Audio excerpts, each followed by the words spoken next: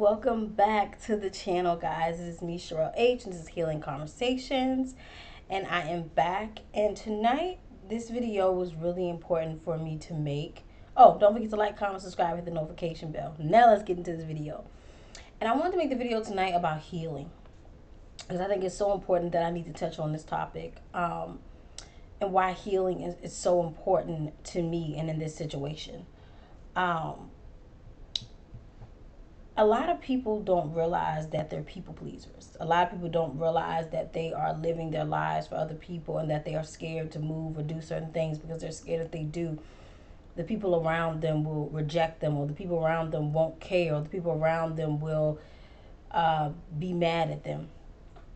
And I'm gonna be honest with y'all, I grew up my half of my life doing this. I've been a people pleaser all my life pretty much. And I don't know how to stop being a people pleaser. And this is like a very vulnerable and open video for me tonight, because I usually focus on everything else, but I never put the topic solely on me. But people pleasing is such a heavy thing for me. In my mind, I have to make sure everybody around me is happy. And so if it means sacrificing my happiness, I will do it all the time. If it means somebody hurts me, I ignore the hurt that they did to me, and I pretty much blame myself and put it on me, just so I can make that person feel better about whatever has happened between me and that person. And I know I'm not the only person out here that struggles with people pleasing and just having that trauma response. I've been doing it for so long that it's a trauma response for me now. So I do it in any situation. Even at work, I find myself trying to scramble if I feel like I did something wrong with a patient or something. I'm freaking out and I'm finding ways to fix whatever I need to fix. I'm always overthinking, constantly overthinking, because if something doesn't feel right, then I tend to beat myself up about it. I'm constantly always trying to um, make sure that the people around me are happy, even if I am honestly completely miserable. Um, it's just something that I have become accustomed to doing, and I really don't know how else to move outside of being that person. And I wanted to pull up some things about trauma responses and people pleasing, and I found some things on this website. The website is called empoweredtherapy.org, and I just want to say, for those who don't know what people pleasing is, a trauma response is more than just a desire to be agreeable or helpful. It's a coping mechanism that develops as a way to navigate unsafe or unpredictable environments. Can't talk tonight, y'all. Unsafe or unpredictable environments, often during childhood. For example, if you grew up in an environment where love, approval, or safety were conditional, dependent on how well you met others' needs, you may have learned to prioritize others' happiness over your own to avoid conflict or punishment. While this strategy might have helped you survive, in the short term, it can create long-lasting patterns that are difficult to break. Now, fortunately for me, I didn't grow up in that type. I grew up in a household where I was the only child. I was very spoiled, and I was very codependent. So I struggle with codependency as well, and that's another heavy thing for me. So those are things that I work on. Um, Now I want to go through the signs of chronic people pleasing: difficulty saying no, which means you agree to everything.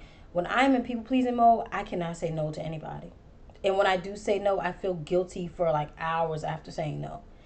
And I feel bad. Like, did I hurt their feelings saying no? Is this person upset with me? Are they mad at me? And for me, whenever something is bothering me, I literally will hound the other person until I figure out what I could have possibly done. And sometimes they'll say you did nothing wrong, or they'll say, Cherelle, what are you talking about?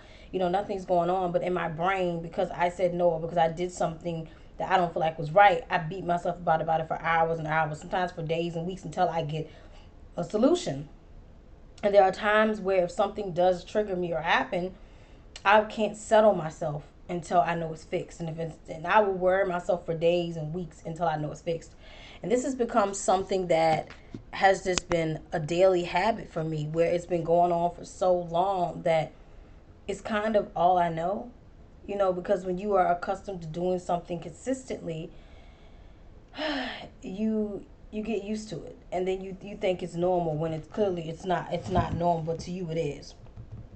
um, and also go a fear of conflict. So you go out of your way to avoid conflict. I do not like conflict, y'all. So even though, of course, who hasn't been in an argument before? We all have been in arguments or disagreements, but I do not like conflict. It scares me because I feel like when I'm in conflict mode, I feel like somebody's going to get upset with me.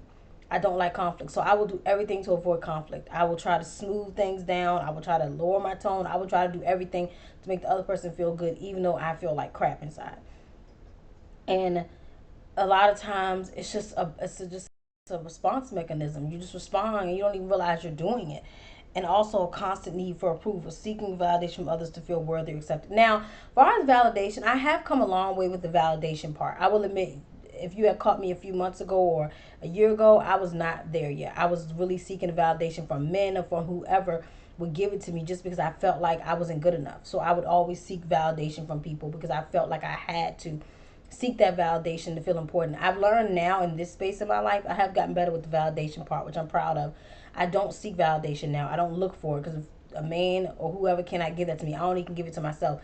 So I don't look for validation from people. That's one thing I have worked on. It took me, like I said, I just actually got better with this um, a little over probably 6 or plus months ago with the validation. I'm being honest with y'all. And I'm a lot better with it now, thank God. But that's, if you're still struggling with that, don't beat yourself up. You'll get there too. It just takes time. Constant suppressing your feelings, ignoring or downplaying your emotions to keep the peace. I do this all the time, y'all. I will hold something in for weeks at a time if I'm mad at somebody. I will hold something in for as long as I possibly can because I do not want to have conflict with anybody. So if I'm going through a situation or something is happening around me, I will do everything in my power to avoid that conflict, which a lot of times really leads to me getting hurt.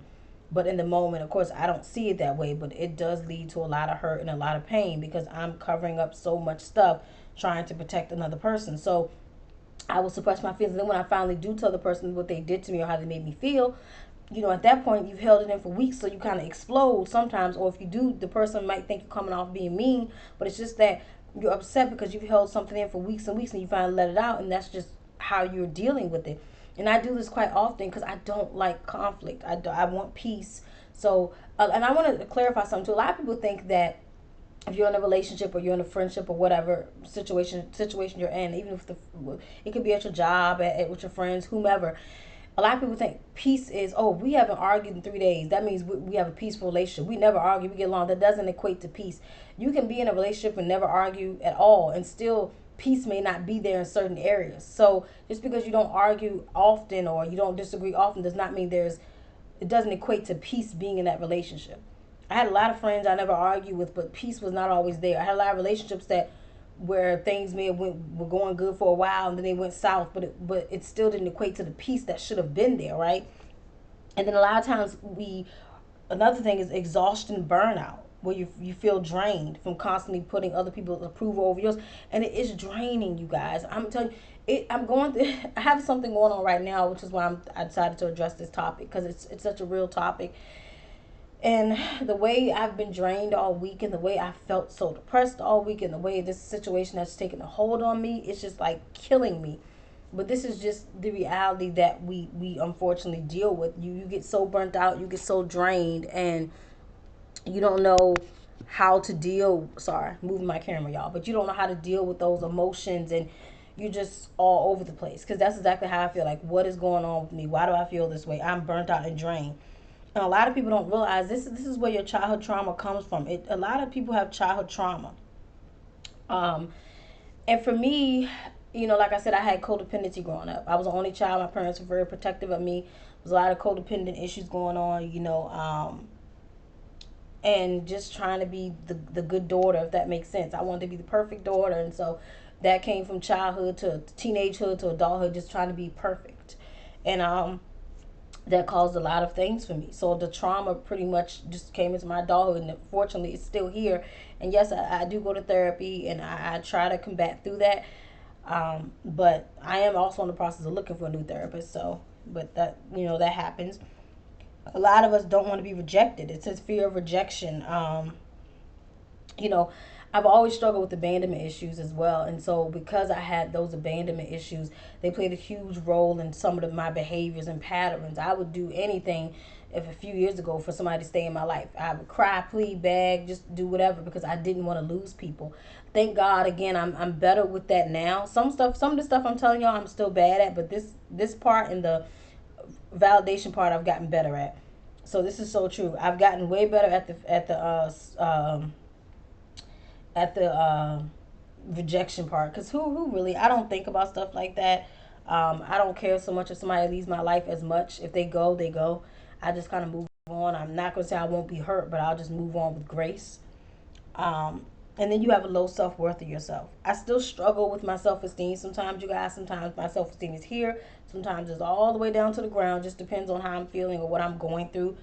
Um, and so sometimes when you're in those situations, you do feel like your worth is tied to other people and what they think about you. And it's unfortunate, but it's true. And then conditional behavior. So, you definitely look for a reward sometimes. I remember I used to be dating relationships, and I would literally go to the store and surprise my exes with gifts because I would think, oh my God, I'm doing something nice for them. And then you want them to give you this big old, oh my God, you got that for me? Because you want to feel like, oh my God, you want to feel good about yourself. And I remember doing that and not realizing I was doing it for approval from men or from the people I was dating. But I was doing it for those reasons solely. And it's like, why are you doing that, Cherelle? You don't have to do that. But at the time, you know, not thinking, I'm just going along with it. And you catch yourself and you're like, wait a minute, what am I doing? Now, I do want to go through this too, the types of trauma responses you would deal with. Aggression or confrontation as a way to assert control. I, um, a lot of times, especially in my past relationships, I was always in fight mode. So I would be very argumentative because I was so. Thank God I don't argue like that now. That's another thing I've worked on. The arguing has calmed down 100%. But I used to always be in constant conflict or defense mode because I was always like thinking somebody's coming at me. And the reality is, they probably may have were coming at me or they may not have been coming at me. But because in my head I felt like they were, I went right into fight mode. Like, nope, this ain't happening. You also go into flight mode where you avoid situation or you withdraw to escape danger. Now, I don't know exactly.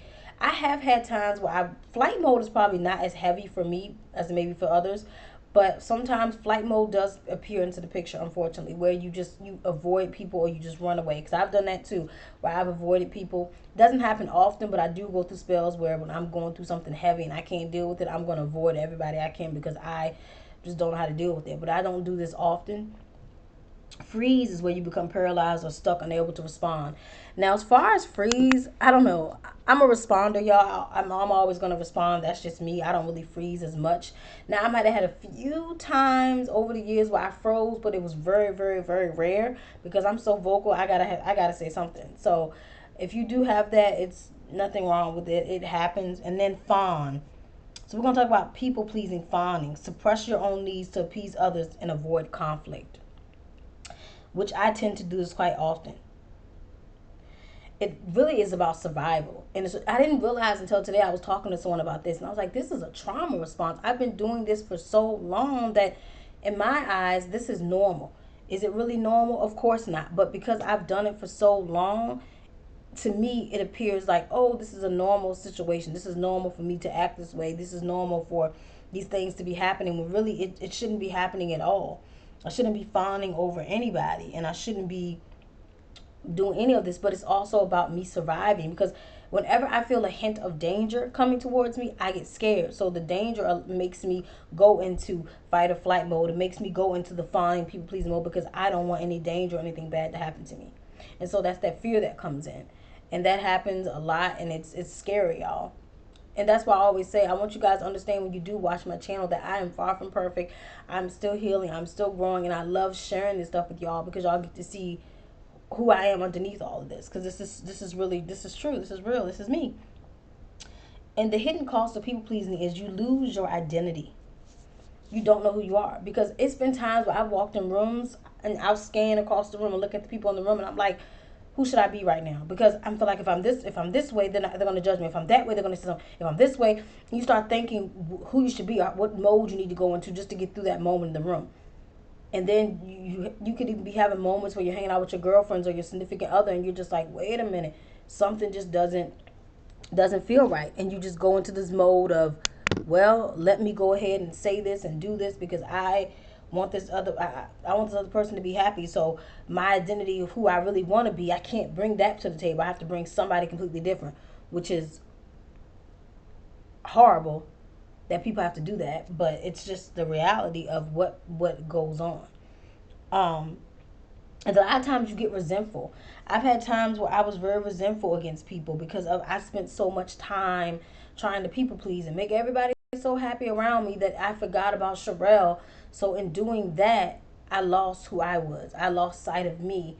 And then I didn't really think about it at the time, like, oh, you gotta do better, Cherelle. Like, what are you doing? What are you thinking? But in those moments, I was so caught up in trying to make everyone happy that that resentment starts building up in you. And that would happen in a lot of my relationships. I would date people who weren't good for me, mistreat me. I knew they were not good for me, but of course, that being me, stay in these relationships because of codependency and other things. And so I would build so much resentment to the point where we get to the point where I just had to break free and leave because I couldn't take it anymore because I had taken it for so long, and that resentment was building and building and building, and I couldn't push it back down anymore. And then burnout, you constantly feel exhausted. Like lately I felt so exhausted, you guys, from the situation I'm dealing with. And that stuff will burn you out. When I tell you, it drains your body, it drains your mind. I mean, this week was rough at work for me, y'all. I couldn't function on my work. I usually have a good QA score, and I was like, my QA score dropped because I wasn't really, my metrics, should I say, metrics dropped because I wasn't focused, because my mind was on the situation that was happening in my life and I couldn't function to deal with it. And so all these things do play like a major role in how we do things and how we perceive ourselves. Unfortunately, it's unfortunate, but it's also very raw, and it's also very real. And unhealthy relationships, a lot of times I was in a lot of bad relationships, y'all. A lot of bad. None. When I tell y'all, I have dated some of the worst men, and it wasn't. I can't even just blame the men. It was me, because I was broken, because I was unhealed, because I didn't have my stuff together. I'm picking men who aren't good for me, and they're seeing this girl with the low self-esteem. She don't care about herself. She don't love herself. She going through this. She going through that. Let me take advantage of her, and they will. A man can see that on you. I'm being honest with you. Most men can see that on you, and they take advantage of you. And it got me in a lot of bad situations that I could have been avoided had I just been in a different space in my life. Because people know when you're weak or when you're frail, and they shouldn't take advantage of you, but yet they will. They will look at you and go, she's weak, she's frail. I'm gonna just take advantage of her. I'm gonna do what I want to do to her because she's literally. Why should I not?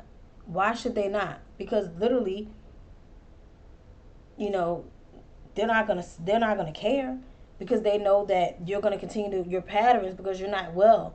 And unfortunately, a lot of people they just don't care, and that's sad, but it's true. But it does create a lot of broken relationships. And the thing about recognizing what's going to cause you, how to heal from people pleasing, you have to acknowledge your pattern, which I know this is a pattern. And like I said, I know this is something I'm still working on in therapy. And when I get my new therapist, I'll be working on it with her again, as even though I'm working on it on my own as well. But you got to acknowledge it and say, hey, there's something going on here. There's something wrong with me. I need to fix it. Because once you can call it out and recognize it, then you can fix the issue. Like today, I called it out as I was talking to a friend, and they were like, yep. They was like, I'm proud of you because you're calling the behaviors out, Cherelle. You're recognizing, and that's what's important. And as long as you recognize the pattern of what you do, you can fix anything. You got to set boundaries. One thing about me is I'm still learning that. I know my therapist keeps pushing me to set boundaries. I have done it in some ways, but in some ways I'm still struggling. So you got to set boundaries, people, even if they get pissed off at you. So what? Like my therapist always says, Cherelle, they'll be mad at you for what, a day or two, and they'll get over it. She was like, it's nothing for you to, my therapist always says, she says, nothing for you to get upset about. She was like, so what if they get mad at you? The next day they'll be over. And if they don't, oh well, they weren't your person. They weren't your people. And I think that's so true. We have to look at the fact that when it comes to our feelings, we have to put ourselves first. And I have been doing that little by little as each day goes by, trying to put me first. And it's not easy, but it's something that we have to do. And you have to prioritize your needs. Make it a habit of checking on you. One thing about me is I get upset sometimes because I always say to myself, I feel like I check on everybody else. I do everything for everybody, but nobody checks on Cherelle to see how I'm doing. Nobody says, Cherelle, how are you? Nobody sits with me when I'm crying at night. Nobody sits with me when I'm struggling with my depression or my anxiety. Everyone just scatters. And that's something that always bothers me. And so I'm like learning more and more each day that if somebody else does not acknowledge it, that is okay, because I need to prioritize my own needs. I need to prioritize my own mental health and put myself first and make sure that I'm good. Because if you aren't good for you, you can't be good for anybody else. And challenge your negative beliefs. One thing about challenging, my therapist has taught me that too, my previous therapist. You got to challenge your beliefs, because a lot of times that negativity will creep in. And I'm an overthinker, so I overthink everything, which negativity stays in my head. I wish it was the opposite, but I overthink a lot of things. And you really have to also not tie your worth to other people. Because if your worth is tied to another person, that's not That's not healthy, and it's not good, because if that person leaves today or tomorrow, you're not going to be any good. So you also have to challenge those negative beliefs. And you have to also realize that you don't have to please everybody around you. So what if they don't like who you are? So what if they said this and that? It doesn't matter. Does it hurt when people talk about you? Of course, but it doesn't mean what the person is saying is necessarily true. And even if it is, it's like, oh well, they just don't like that part of you, and that's okay. They don't have to. Um, and then seek support. Like I said, y'all, go to therapy. I've been in therapy on and off for years. And the reason I had, like I said, I had a therapist that I was seeing, but some stuff happened, and I had to unfortunately cut ties with her. It was nothing that she per se, it was nothing that she did in the sessions or anything that kind of messed up anything. It was just more so that she literally just wasn't who I thought she could have been. Honestly, she could have been a better person, I believe, overall. And then practice self compassion. You're going to have good and bad days, but you have to learn to put yourself first. You know, you have to learn to know your worth and know who you are as a person. And once you meet that milestone, you're good to go. Um, and this is, and again, these are some Q&A questions on the website as well. Like, is people pleasing a trauma response? Yes, it is. Um, and then what are the root causes? Like she said, childhood trauma. What are 4 types of trauma? We already went over that: the flight, freeze, fawn, and um, what is the disorder related to people pleasing? They say PTSD, chronic people pleasing, personality disorder, dependent. And then how can you stop people pleasing? Stop involves recognizing the pattern and setting boundaries, and we went over all that. So you guys, thank you for tuning in. For anybody out there struggling with people pleasing, just know you are not alone. I'm here with you. You're going to get through this. You're going to see it through. You're eventually going to realize that you're going to be okay, and you have to just learn to put yourself first. Thank you for tuning in. And again, don't forget to like, comment, subscribe. And I appreciate everything, you guys. I hope you keep coming by to see me, because we got more videos coming your way. And goodbye.